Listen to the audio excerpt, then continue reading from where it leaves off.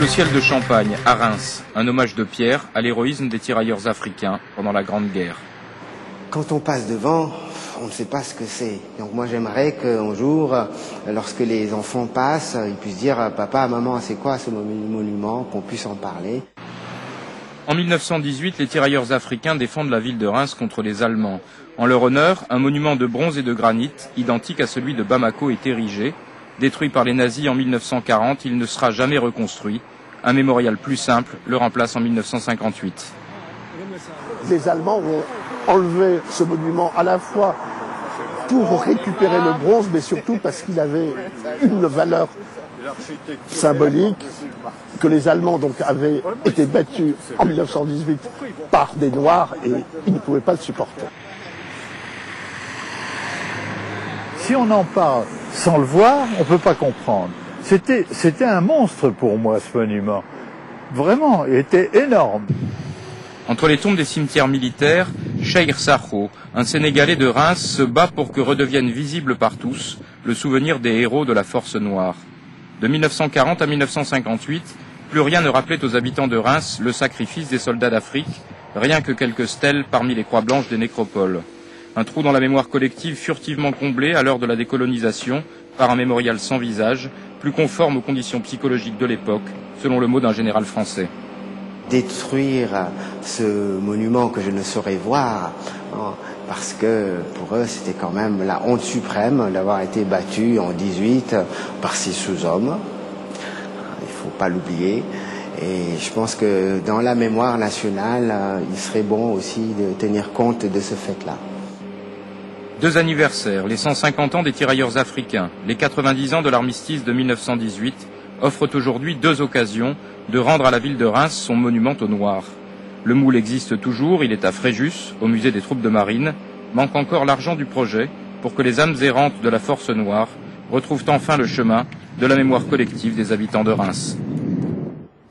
Éric Deroux, bonjour. Vous êtes donc chercheur, spécialiste de l'histoire coloniale. Donc on le voit dans ce reportage, c'est un pan de l'histoire du début du siècle dernier qui reste extrêmement méconnu. Absolument. Des centaines de milliers d'hommes sont venus, que ce soit en 14 ou en 1940. Et c'est vrai qu'au moment des décolonisations, on a un petit peu tout oublié. Alors, cette force noire, quelle était-elle ? Alors, ce qu'on a appelé la force noire, en réalité, regroupait les tirailleurs recrutés en Afrique noire, essentiellement dans ce qu'on appelle l'Afrique équatoriale et l'Afrique occidentale française et Madagascar. Alors, on parle des tirailleurs sénégalais, mais ils n'étaient pas tous sénégalais. Alors, le terme est générique parce qu'il a été créé par Faidherbe en 1857 au Sénégal. Et puis très vite, à chaque conquête coloniale, on créait des unités à qui on donnait le nom des régions qu'on conquérait. Alors tirailleurs soudanais, haoussa, gabonais. Et pour rationaliser le tout, en 1900, on a décidé de leur redonner le titre générique de Sénégalais à cause de leurs origines. Mais très vite, le recrutement va déborder très très largement ces frontières. Et par exemple, lors de la Première Guerre mondiale et encore davantage lors de la Seconde Guerre mondiale, elle concerne des tirailleurs issus des pays qui sont aujourd'hui davantage le Mali, le Burkina ou le Tchad. Alors quel était le rôle en fait à ces contingents ? Est-ce qu'ils avaient un rôle particulier ? Non, il faut toujours, lorsqu'il s'agit de traiter des tirailleurs sénégalais en particulier, voir de ce qui est de l'ordre de la mythologie, de ce qui est de l'ordre des réalités. Alors il y a eu des tas de fantasmes sur la force noire, chair à canon, soldats noirs qu'on engageait en première ligne à la place des unités françaises. Non, ça c'est faux. En revanche, on a longtemps cru que ça formerait, comme on l'avait vu en Afrique d'ailleurs, des unités de rupture, de choc, d'assaut. Or, la guerre s'est révélée une guerre d'usure, s'est révélée une guerre industrielle, c'est une guerre d'artillerie, dans laquelle très vite on s'est aperçu que ces hommes-là n'auraient pas le rôle qu'on imaginait. Et donc, on va petit à petit les mélanger à des unités métropolitaines, des bataillons mixtes, et leur faire finalement faire la guerre que tous les autres soldats français font.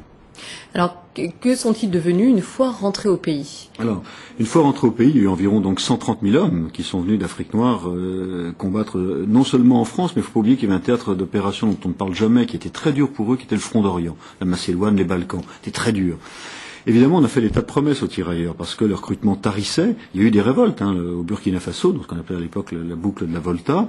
Il y a eu des régions entières qui, pendant un an, ont tenu, on dirait le maquis aujourd'hui, parce qu'elles refusaient l'enrôlement massif, l'enrôlement forcé. Et Blaise Diagne, premier député noir du Sénégal, a été à la tête d'une commission chargée de recruter avec un slogan « En versant le même sang, vous gagnerez les mêmes droits ».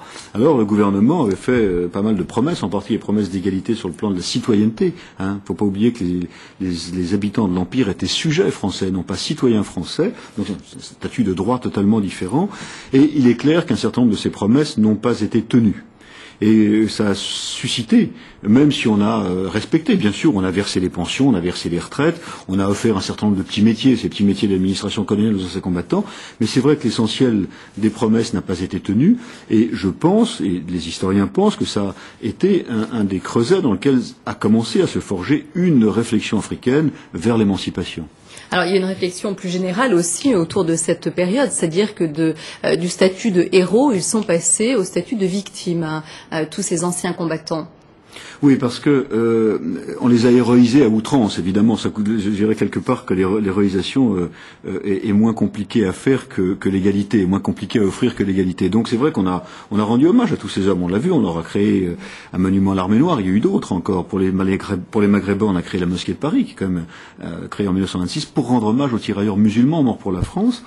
Et puis, au moment des indépendances, on a évidemment les deux discours, les discours anticolonial ou toujours philo-colonial, ont complètement préféré oublier cette période-là. Et les tirailleurs se sont révélés dans notre mémoire il y a environ une quinzaine d'années, à travers le scandale de leur pension qui était figée depuis 1960. C'est-à-dire qu'au moment des indépendances, on a cristallisé, c'est-à-dire qu'elle n'évaluait plus, ce qui fait qu'un combattant africain touchait 20 à 30 à 40 fois moins que son camarade de combat français. Donc là, c'est là qu'on est un petit peu passé dans la victimisation, qui a encouragé aussi des discours souvent excessifs, qui étaient davantage produits de la mythologie coloniale que de la réalité historique. Merci beaucoup, Éric Duroux, pour cette analyse. Je rappelle le titre de votre ouvrage, La Force Noire, gloire et infortune d'une légende coloniale, paru aux éditions Talandier, et également L'illusion coloniale, paru chez le même éditeur. Merci. Le Cambodge a encore fait un grand pas cette semaine dans l'accomplissement de son devoir de mémoire en arrêtant deux anciens dirigeants Khmer Rouge, Ieng Sary et son épouse Ieng Thirith. Le gouvernement cambodgien et l'ONU ont mis en place depuis